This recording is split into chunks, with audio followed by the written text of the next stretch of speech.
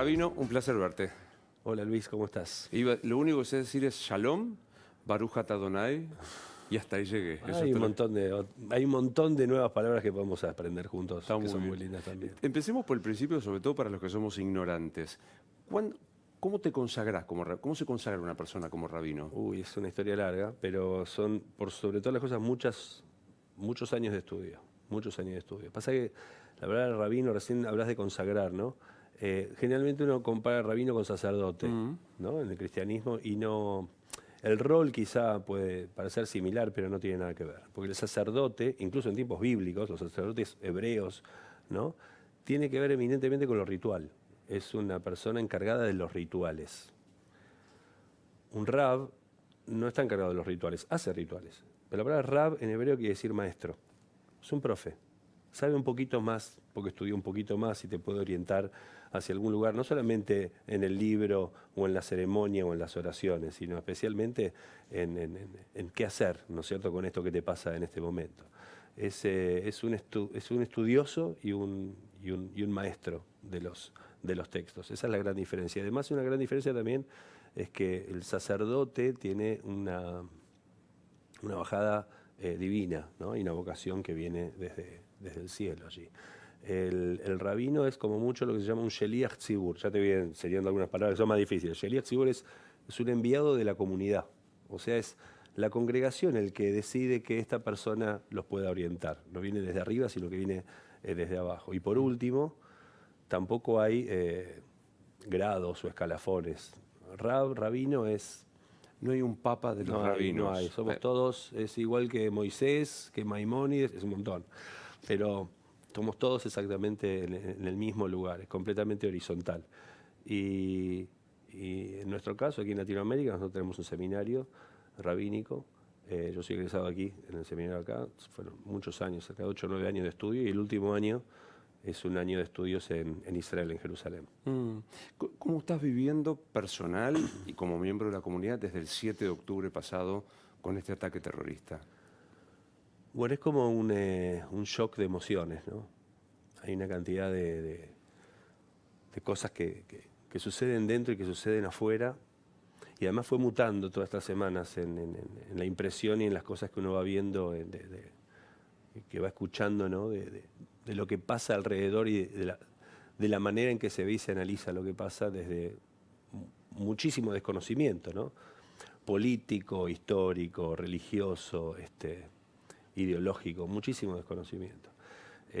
Hablo de un shock de emociones porque por supuesto uno está primero horrorizado, impactado por imágenes que no se ha mostrado todo lo que pasó el 7 de octubre. Se ha decidido no mostrar las barbaridades que pasaron, porque son imágenes que las teníamos pensadas de otro tiempo a nivel otro siglo. Yo lo he comentado en nuestra generación, y cuando hablo de generación hablo de 0 a 80 años. Nunca habíamos asistido a este nivel de violencia y horror en colores y en nuestros celulares. Desde la Segunda Guerra Mundial levantamos monumentos, museos, videos, películas, recordatorios, ceremonias, con un montón de fotos y videos en blanco y negro, de otro tiempo, de cadáveres apilados en las calles y de un odio que solamente habla de salir a asesinar.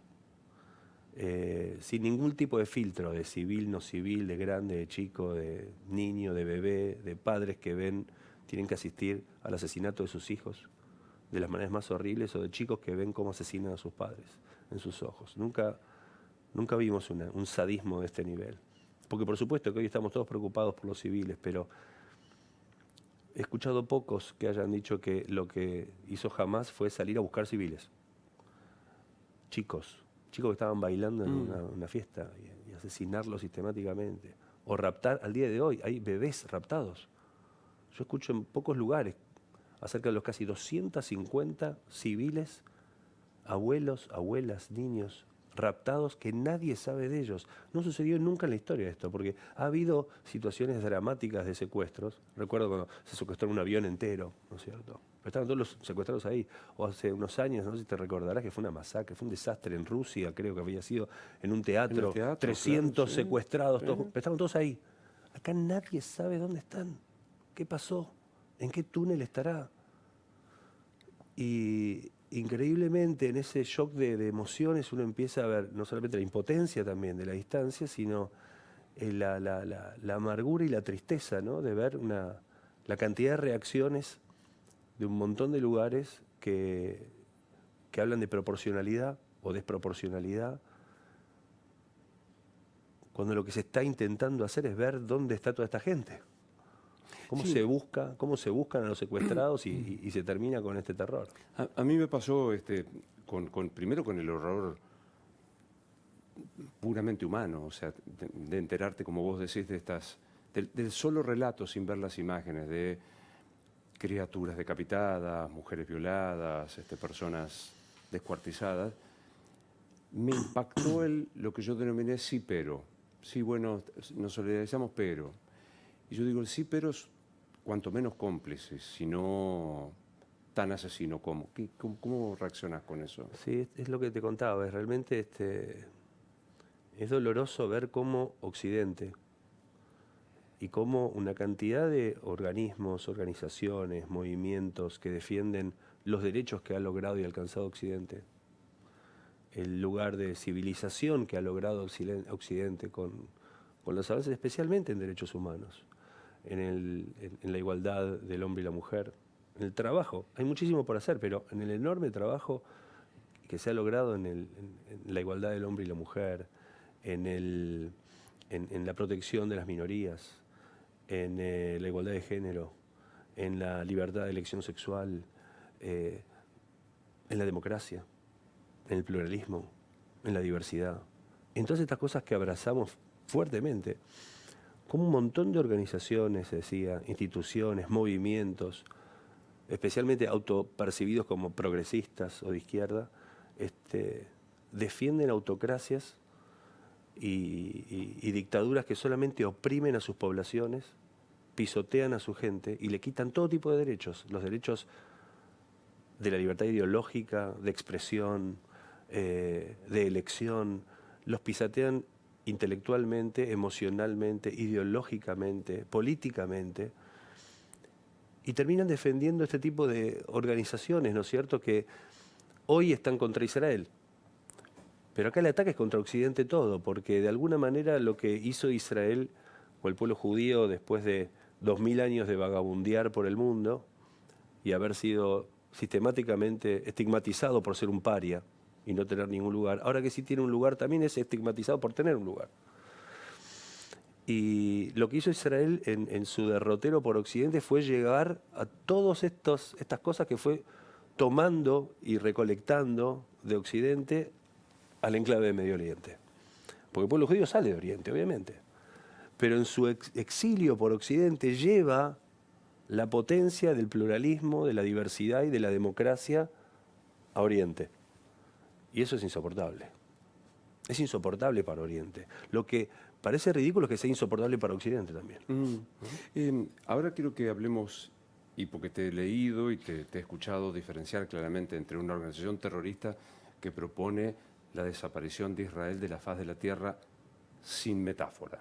O sea, porque digo, a veces yo digo, no es que es una organización terrorista que la desaparición de Israel de la faz de la tierra.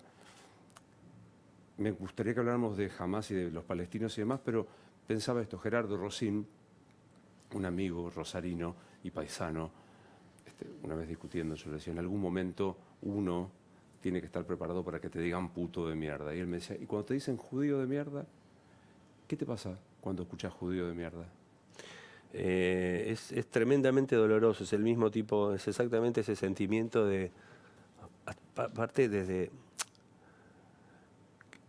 uno tiene que saber que toda violencia nace desde la ignorancia, desde el desconocimiento, y que creo que es una de las grandes cosas que tenemos como comunicadores, ¿no? Enseñar, divulgar, difundir, explicar, sin responder con el mismo nivel de violencia, primero y principal.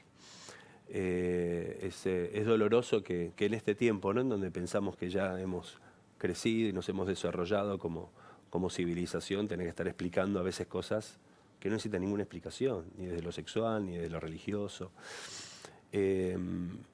Y por supuesto que es doloroso.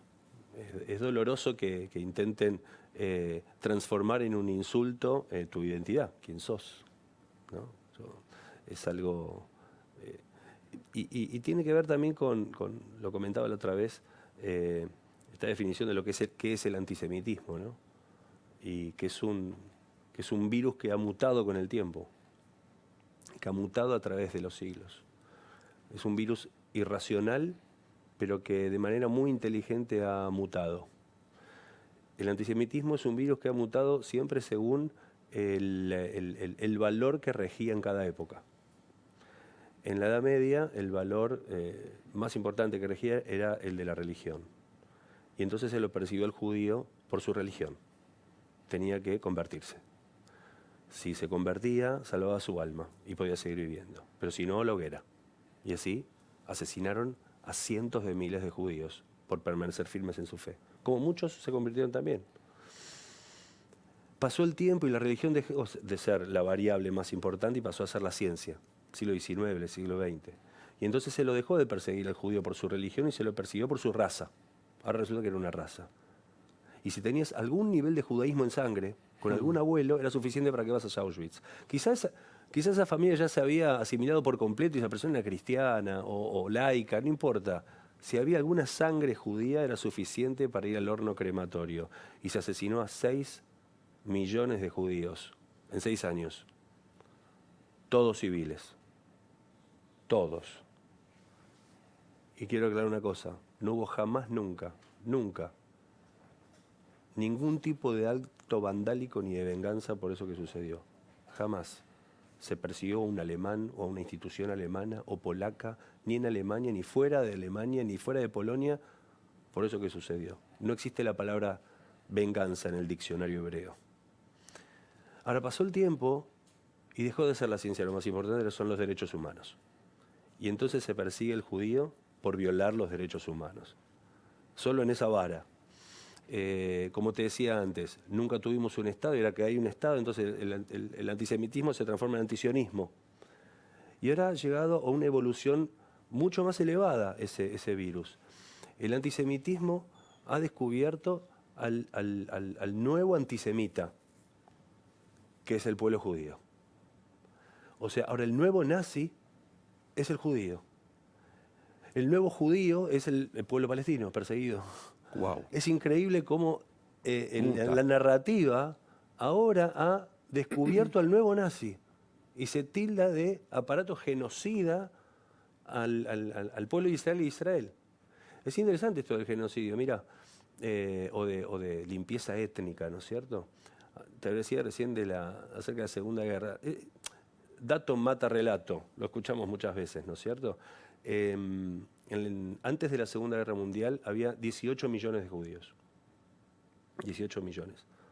Hoy, 80 años después, hay 14 millones. Nunca se llegó a antes de la guerra. Quiero recalcar eso. 14 millones de judíos. Vive más gente en el conurbano bonaerense. Hablo en total en el mundo, 14. En Israel, en el año 49, apenas nace el Estado, había 950.000 árabes. 950.000 árabes. Hoy hay 5.300.000. Dato mata relato. Sí, o sea, no...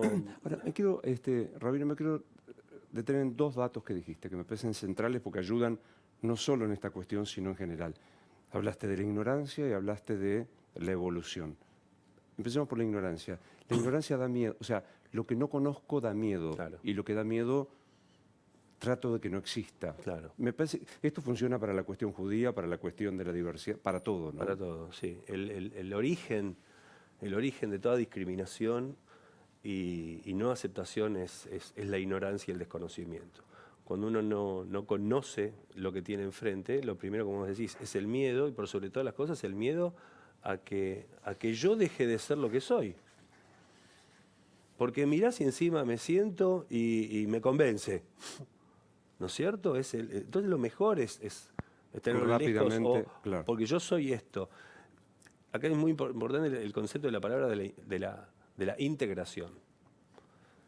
Integrar al otro es hacerse uno más íntegro, más total. La importancia de integrarnos es saber al otro, conocer al otro, y entonces yo crecer en mi propia personalidad, en mi propia identidad.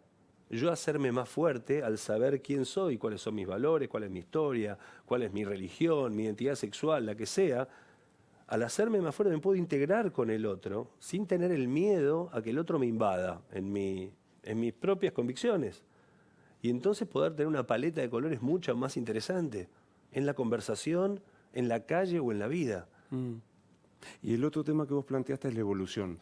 Yo te confieso que, perdón, la primera persona del singular, cuando empecé a recibir los datos de lo que pasó aquel 7 de octubre, cuando te decían decapitaron bebés o los pusieron en los hornos de las cocinas de los kibutz, yo decía, evoluciona, ¿viste el planteo de Hannah Arendt, digamos, evoluciona positivamente el hombre? Y a mí viendo esto, me vuelve a poner en duda si es que hay una evolución o es una involución. Mira, yo soy un absoluto y total, yo afirmo 100%, y no solamente porque sea positivo o optimista, que la civilización y la humanidad solamente ha evolucionado y cada vez está y que hoy incluso está en su mayor nivel. Tomar a un minúsculo grupo de radicales extremistas que están por fuera de toda lógica de la civilización y de la humanidad, como los referentes de qué es la humanidad, me niego. El tema es si el resto de la civilización puede comprender que eso no nos puede representar y que no lo podemos hablar ni siquiera con un sí pero. El sí pero me parece más de involución que lo que un extremista que está fuera de cualquier lógica haga. A mí me preocupa mucho más hoy lo que está sucediendo, ni hablar en Europa, porque Europa hace mucho tiempo que está perdida en su búsqueda de su propia identidad, con todo lo que está sucediendo, con una cantidad de avances del mundo islámico puntualmente más extremo. A mí me preocupa mucho lo que está pasando en las universidades americanas. Hoy no hay una sola universidad norteamericana que no tenga una cantidad de protestas y una cantidad de marchas pro Hamás, y pro ni siquiera un sí pero, pro todo lo que está pasando.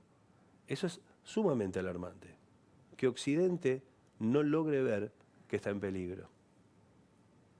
Digo, el debate que se da allí, los que tienen la suerte de haber conocido Israel, dato mata relato de vuelta, se encuentran, más allá de compartir o no el color político del gobierno de turno, pero se encuentran con una democracia liberal donde las mujeres y los varones tienen los mismos derechos, donde los gays y los heterosexuales lo mismo, donde hay respeto por las identidades, donde hay ultrarreligiosos y si vale el término, agnósticos, frente a un territorio que está ahí al lado, donde una mujer no tiene el mismo valor, no hay chances del estudio, no hay posibilidad de...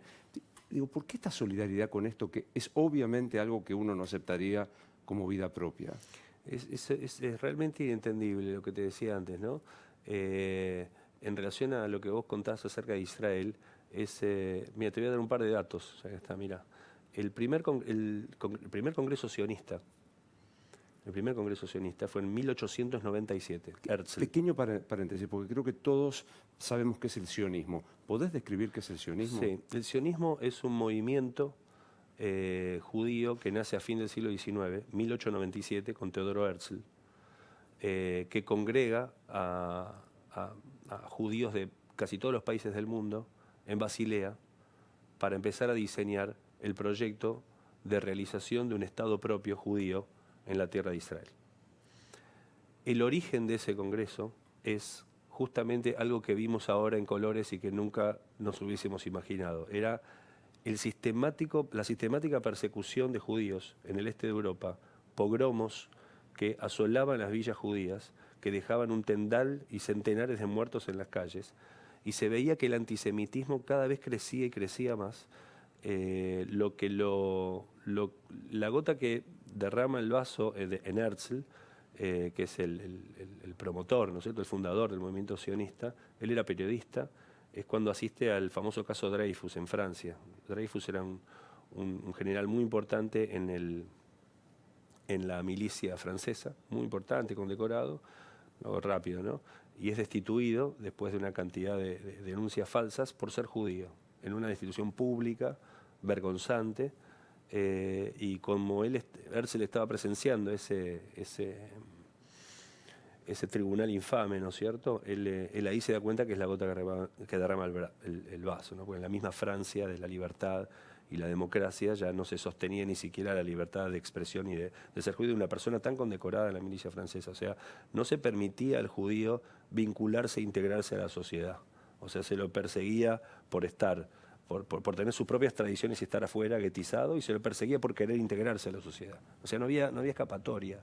Y como no había escapatoria y no había ya dónde ir, entonces comienza el proyecto de poder fundar un Estado como el resto de las naciones. Era un tiempo en donde justamente crecían los proyectos nacionales, para salvar al pueblo judío del exterminio. Comienza ese proyecto, te decía, en relación a la paridad de hombres y mujeres. El segundo congreso sionista, que es en 1898, se decreta que la mujer tiene igual de voto que el hombre.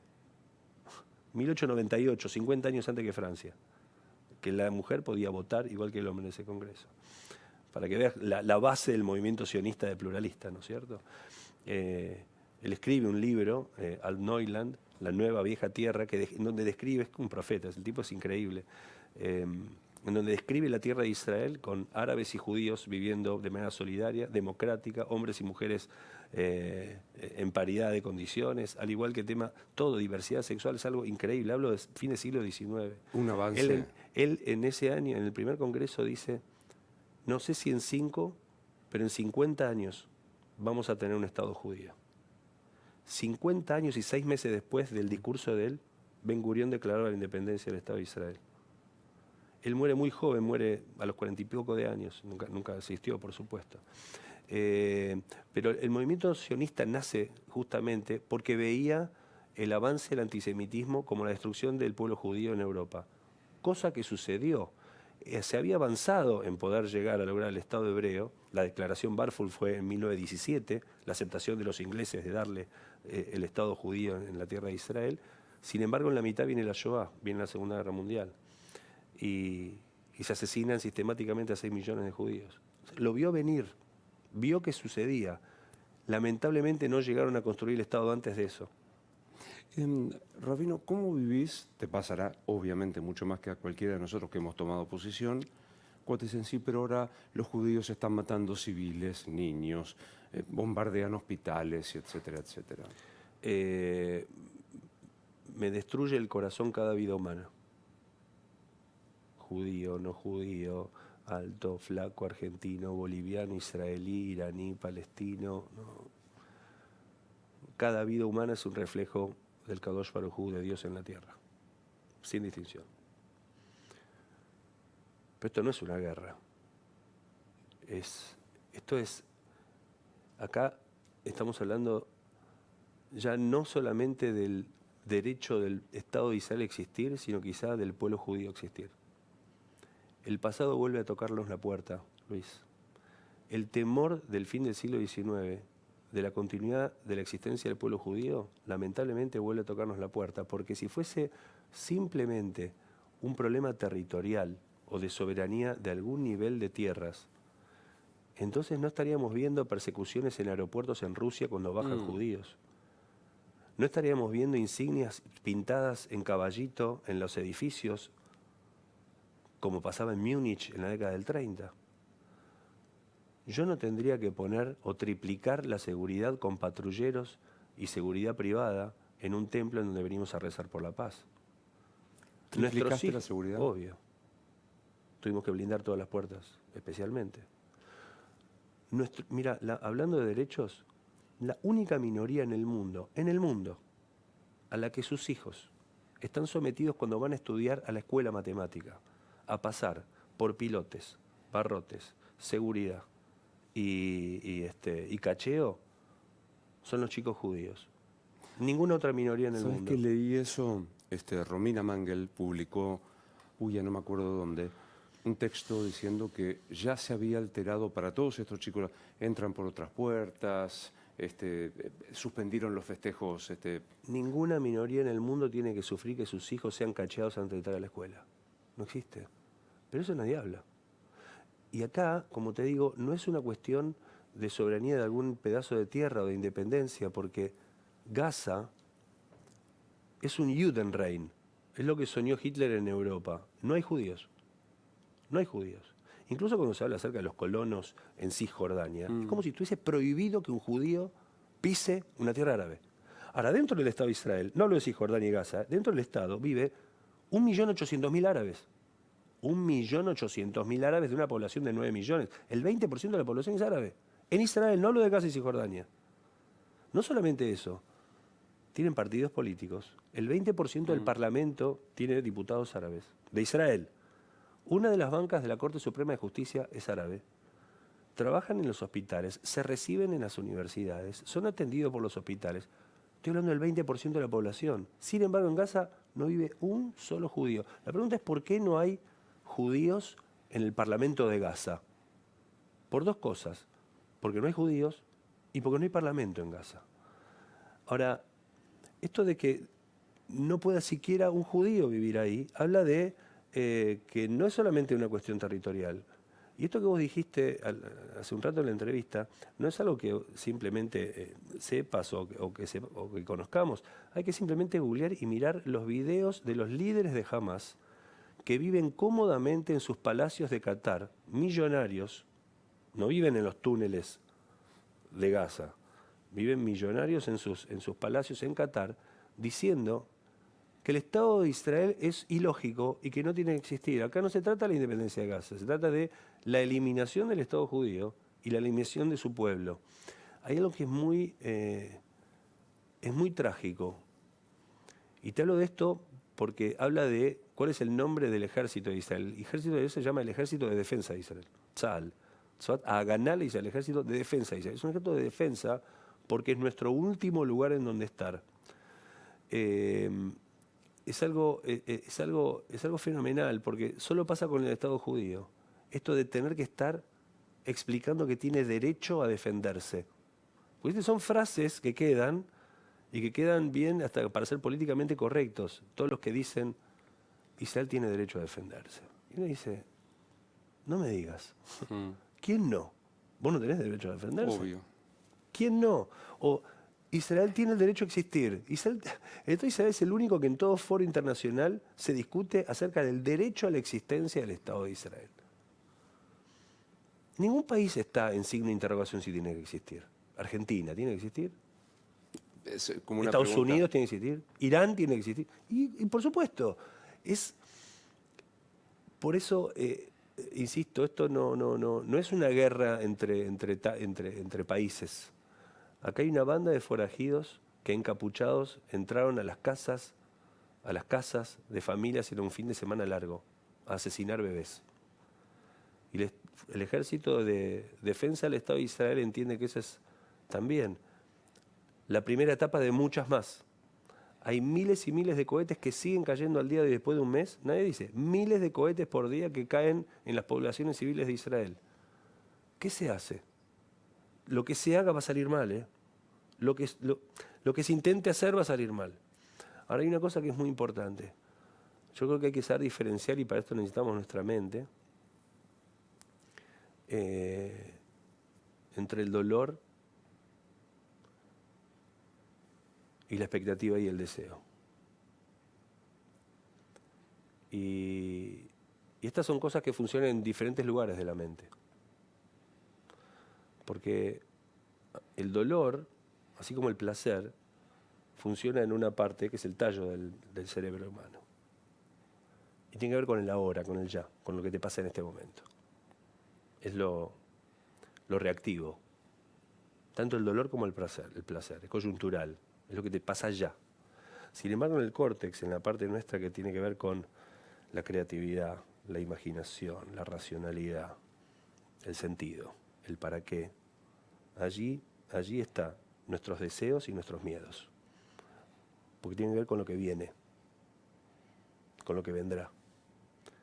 Y creo que ahora estamos atravesados por el dolor, por lo que nos duele de lo que pasa, y tenemos que trabajar por pasar todas esas emociones a otra parte de nuestra mente, que es a dónde queremos ir, qué es lo que queremos lograr, ¿Y a dónde qué queremos mundo ir? necesitamos. Te lo pregunto como rabino, como Alejandro judío, ¿a dónde querrías ir?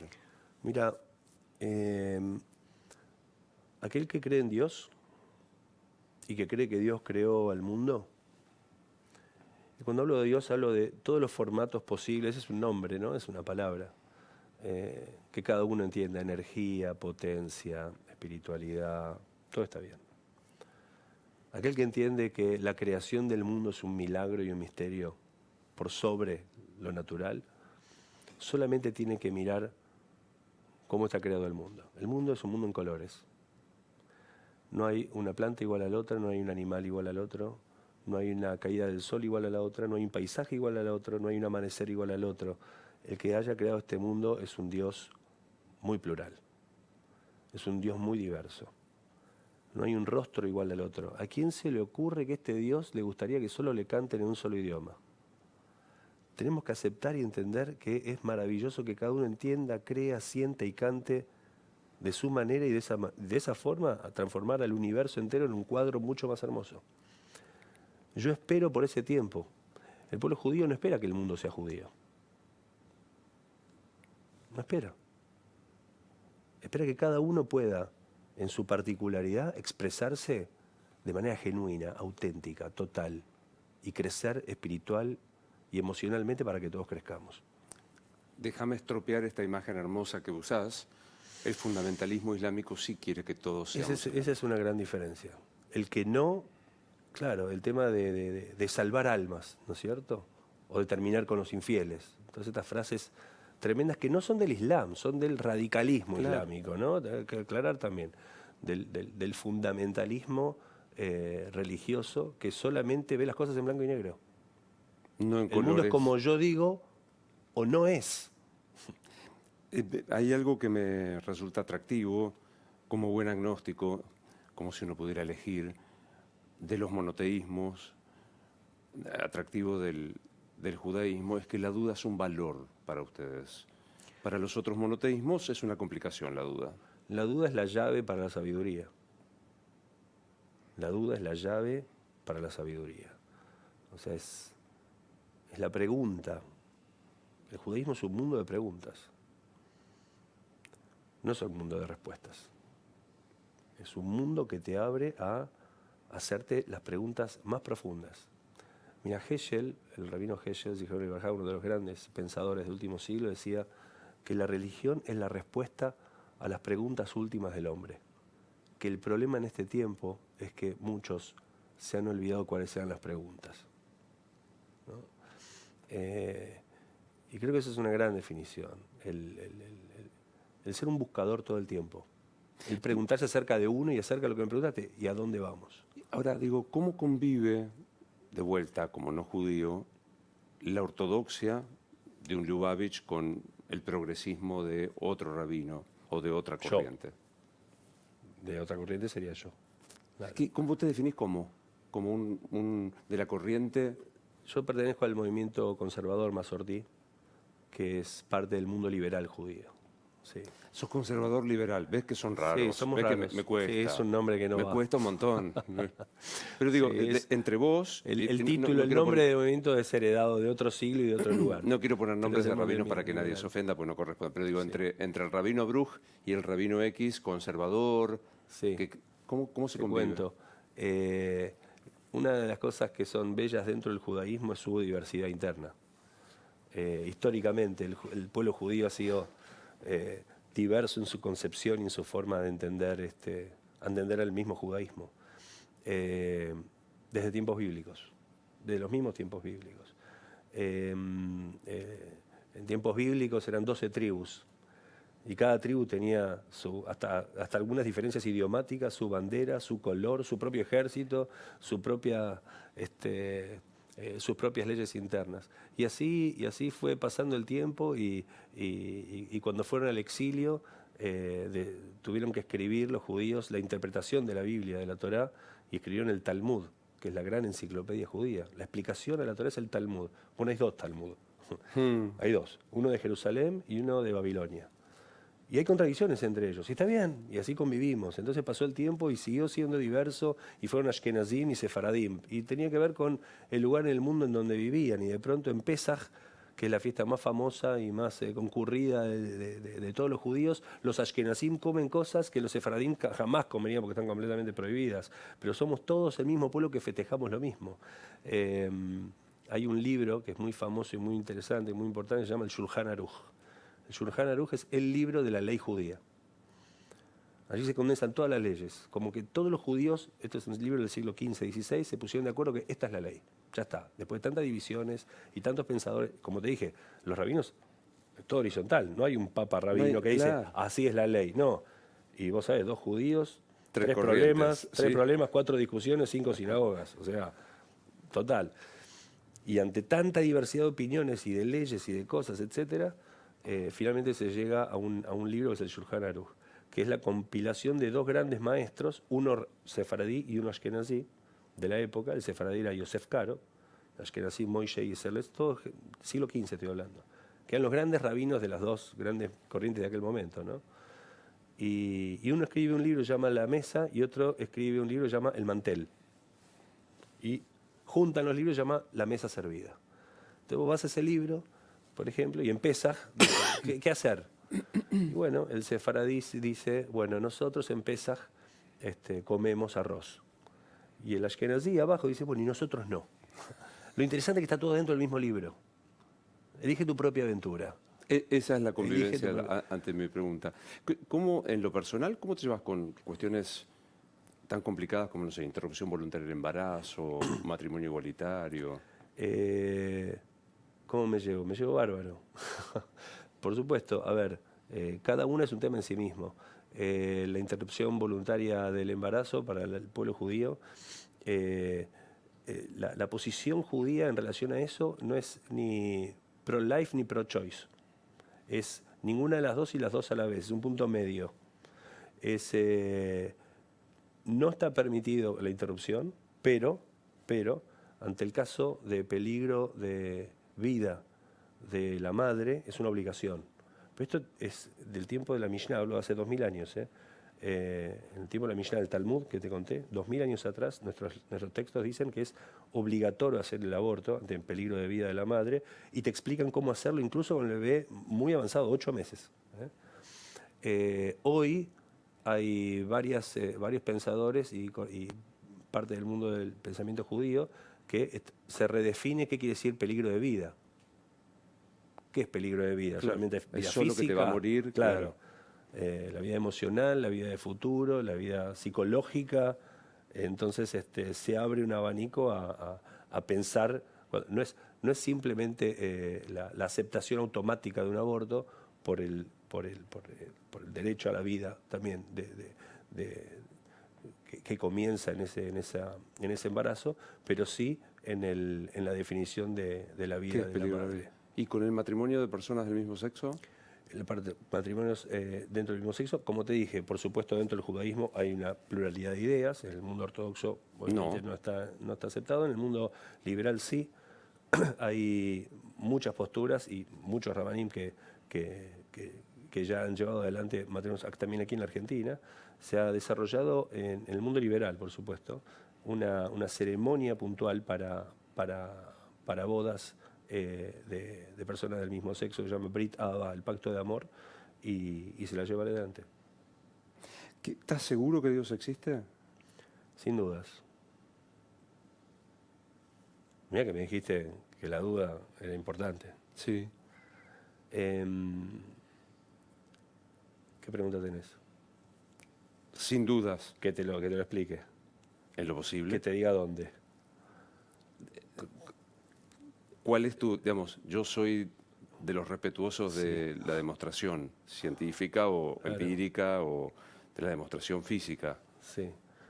Te voy a decir que entiendo yo por Dios. Primero entender que la palabra Dios es una forma de intentar encapsularlo en un término. De hecho, la palabra Dios es... el origen de la palabra Dios es interesante, como para que un judío diga la palabra Dios o creer en Dios. La palabra Dios viene del latín theos, teo, que viene de Zeus, del griego. El nombre Zeus se transformó a Theos, Dios. Digamos que a mí me gusta explicarlo desde la palabra que figura en la Torá como cuál es el nombre de Dios. En la Torá aparece una palabra que no se puede leer, que está prohibido leerla, pero aparte no se sabe cómo se lee. Son 4 letras, que es el tetragrama. Cada vez que aparece esa palabra es Dios. Son 4 letras, que es una I, una H, una B corta, que puede leerse como O o U, y otra H. Es el famoso tetragramatón. Son las 4 letras que conforman el nombre inefable de Dios, que nadie sabe cómo se puede leer. Muchos al ser una I-H-B-H, algunos leen Yehová. ¿Te das cuenta? De ahí la palabra Jehová. Es una forma de leerlo, pero en la tradición judía, cada vez que aparece esa palabra en la Torá, hay que leer Adonai, no dice Adonai. Adonai quiere decir mi Señor. Es uno de los tantos otros nombres de Dios, pero el nombre que figura en la Torá es ese. Y a mí me fascina, porque esas 4 letras son la forma la forma de leer 3 palabras, que es Ayá, Ové y Yé, que es pasado, presente y futuro. Es el tiempo infinito. Es la totalidad de lo que existe. Pero además, si uno quisiera leer esas 4 letras, I, H, O, H, la única forma de leerla es así, mira. I, H, O, H. Eso es Dios. Es la respiración. Es cada vez que inspiras. El problema es que generalmente respiramos de manera mecánica y no le damos ni 5 de bolilla a eso que hace que vivamos.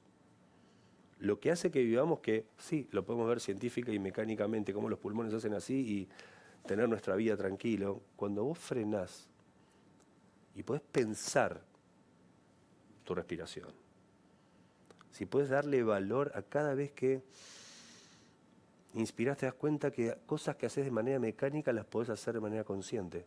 Vos podés pensar la respiración y dejar y continuar y hacerlo más lento y darle valor a cada instante y a cada segundo de tu existencia. Yo creo que Dios habita en ese lugar, en la capacidad de cada ser humano de darle valor a cada minuto de la vida y ver qué haces con ese minuto. De formación absolutamente personal, por formación cristiana, por tradición cristiana, ese Dios que vos estás contando no se parece al que a mí me contaban y en el que no creo, pero se lo contaba con total bondad, era la total bondad. Si existiera ese suspiro o este Dios de total bondad, ¿por qué permite el 7 de octubre pasado? Bueno, primero te quiero decir que en el Dios que vos no creés, yo tampoco creo. Y mira que dije que creo sin dudas. Es más, en el Dios que no creen, la mayoría de las personas que no creen en Dios, yo tampoco creo. Que es el Dios que nos vendieron de chicos. De chicos nos vendieron una imagen de un Dios vestido con una túnica blanca en una nube, mirando a ver cómo te portás. Y si te portás mal, manda un rayo. Y si te portás bien, te da un premio. Pasan los años y uno se da cuenta que no funciona, que no era tan así, que no hay nadie vestido de blanco en las nubes. Entonces debe ser que no existe Dios. Y quizá lo que no existe es nuestra forma de entender que uno tiene que crecer también en la espiritualidad y la teología. Es parecido a cuando en la primaria, en primero o en segundo grado, la profesora de matemática te decía que 2 menos 5 no se puede. En segundo grado no se puede. No, claro, números ¿Era negativos una, no son. ¿Era una mentirosa? No, no se puede. Para esa edad no se puede. Claro. Bueno, vas creciendo y vas entendiendo que la matemática se tiene que desarrollar según la edad que tenés. Pero hay muchas cosas que nosotros nos detenemos en los que nos dijeron en segundo grado, como los cuentos acerca de Dios. Y uno creo que tiene que evolucionar en su búsqueda y en su duda. Y acerca de la bondad, y dónde estaba el 7 de octubre, yo creo que esa bondad uno la puede descubrir cuando realmente respira profundamente y se da cuenta que uno es ese elemento y esa herramienta para desplegar cosas buenas en el mundo. Y perdóname, porque para responder lo último, ¿dónde estaba el 7 de octubre? Echarle culpas a un Dios o a cualquier otra cosa exterior al horror que puede generar un ser humano es quitarle la responsabilidad al ser humano. El 7 de octubre la responsabilidad absoluta y total fue del odio infundado de un grupo de personas que son los delincuentes, no de Dios. Si es que el Dios existe en este suspiro, yo te elegiría como abogado porque lo has hecho, lo has defendido de una manera. Entonces, una más sencillita. ¿Y cuál es el sentido de la vida?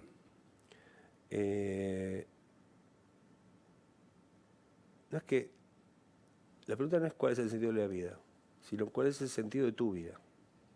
Porque por supuesto que la vida tiene un sentido. El sentido, la palabra sentido tiene que ver con la dirección, con el rumbo, con el adónde. Cuando uno entiende que hay un comienzo, entonces hay un fin. Pero la palabra fin no necesariamente es cierre, sino un fin. Ahora ese sentido lo tiene que buscar cada uno.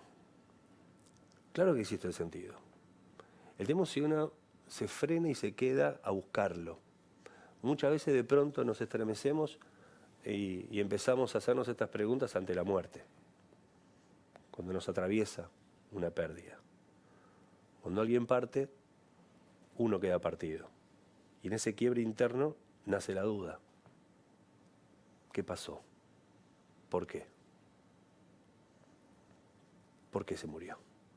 Si era bueno, si rezamos un montón, si creía, si hizo cosas buenas, si era joven, si no era tan viejo.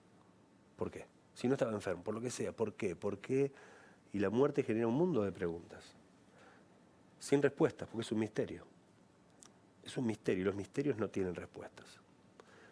Ahora, a veces creemos que lo contrario de la muerte es la vida, y es un error. Lo contrario de la muerte es otro misterio. Es el nacimiento. Nacemos rodeados de preguntas sin respuestas. ¿Por qué? ¿Por qué ahora? ¿Por qué en esta familia? ¿Por qué en esta década? ¿Por qué en este lugar del mundo? ¿Por qué? No hay respuestas. Vivimos entre dos misterios. A cambio del milagro que nos dan por haber nacido, nos aseguran una sola cosa que sí va a pasar a lo largo del corto o extenso tiempo de vida que tengamos. Una sola cosa nos aseguran que va a suceder. Y es que en algún momento vamos a morir. Ninguna otra cosa en el medio está escrita en ningún lugar. Una sola cosa nos dan por segura a cambio del milagro de haber nacido. Y sin embargo, vamos por la vida pensando que justo eso nunca va a pasar. Lo único que teníamos por seguro, eso seguro que no va a pasar. Y cuando pasa, nos preguntamos, ¿por qué? ¿Por qué a mí? ¿Por qué a él? Y en algún lugar era la última y única respuesta que sí tenías. Es por eso que ese fin se tiene que transformar en oportunidad, para ver cuál es el legado, el mensaje que voy a dejar durante todo este tiempo. ¿Cuál va a ser la huella? ¿En qué va a ser distinto el mundo a partir de que yo pude habitarlo? Y cuando dice el mundo, no hace falta el mundo. El mundo es la cuadra de tu casa, es tu living, es tu pareja, es tu hijo, es la escuela de la esquina, o es tu programa. Ese es tu mundo. ¿Qué va a cambiar el universo porque yo estuve acá? Cada uno es la búsqueda de su propio sentido. Es tan hermosamente existencialista lo que plantea, existencialista pensando en Sartre, esta cosa de lo único cierto es aquello, estamos arrojados a la vida, él dice arrojados, o sea, Sí. bueno, no tenemos, no digo más remedio pues suena feo, pero no tenemos más otra cosa que hacer que darle este sentido a la vida de uno para que el mundo la encuentre. El único problema es que me estropeaste la última pregunta que hago inevitablemente en este programa, que es, ya dijiste que es un misterio. ¿Ya pero termina? vamos, ¿Ya cerramos? ya ¿Ya está? 50 y pico minutos No. hablamos, sí. Yo pregunto desde que, en realidad este programa es una gran excusa, ya casi en charla de amigos, para hacer solo esta pregunta a rabinos, curas, políticos o quien sea. Nos morimos y ¿qué pasa? Nos morimos y seguimos vivos de una manera diferente. Mira, la palabra vida en hebreo solamente existe en plural. No existe la palabra vida en singular. ¿Y en se hebreo. dice? Jaim. Dice lejaim. Sí, ¿Viste que Lejaim. sabías más palabras, viste? Sí, Lejaim. Lejaim. Y Seir. Se traduce por la vida, pero todas las palabras en hebreo que terminan en im es plural. Es como la S en castellano. Solo existe en plural, Jaim. Pues tenemos muchas vidas diferentes. Tenemos muchas vidas que viven adentro de nosotros, de historias, de personas que ya no están, de personas que están adentro tuyo. Hay muchas vidas. Uno tiene diferentes vidas según el tiempo de la vida que está. No tenemos la misma vida que a los 20, que a los 8, que a los 40, que la que vamos a tener. Y cuando uno muere nace otra vida, diferente, distinta. No como la que quisiéramos. Pero vivos si logramos hacer algo que es muy importante y que tiene que ver con el sentido, que es aprovechar una de las herramientas que nos dan a cambio de la muerte. Nos dan dos herramientas a cambio de la muerte. Una es la de la memoria, que es una herramienta fantástica y muy compleja, muy difícil. Porque la memoria juega un juego propio. No sé si te diste cuenta que justo eso que te tenés que acordar, Obvio. te lo olvidás. Y era muy importante ese llamado, ese te lo olvidaste. Y eso que querés olvidarte, porque necesitas sacarlo de tu mente, vuelve. La memoria es un arte. Y cuando alguien muere, cuando alguien parte, nace el arte de aprender a recordar bien. Es un arte. Y la segunda herramienta que nos dan es la del amor. Cuantas más acciones de amor desparrames, vas a poder ingresar dentro del alma de más personas. Ese alma va a ser un poquito más grande porque vos estás ahí adentro. Y ahí está el elixir de la eternidad y de la vida eterna. Y del sentido, del habernos reproducido en amor.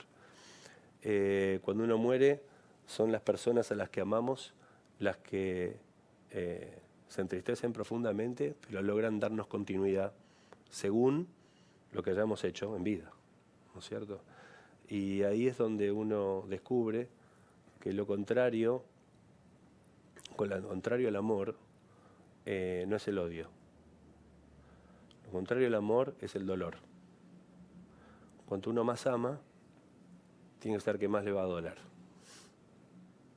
A más amor, más dolor. Pero si te duele mucho la partida de alguien, quiere decir que tuviste la enorme bendición de haber amado mucho. Y eso no pasa siempre. Nada menos.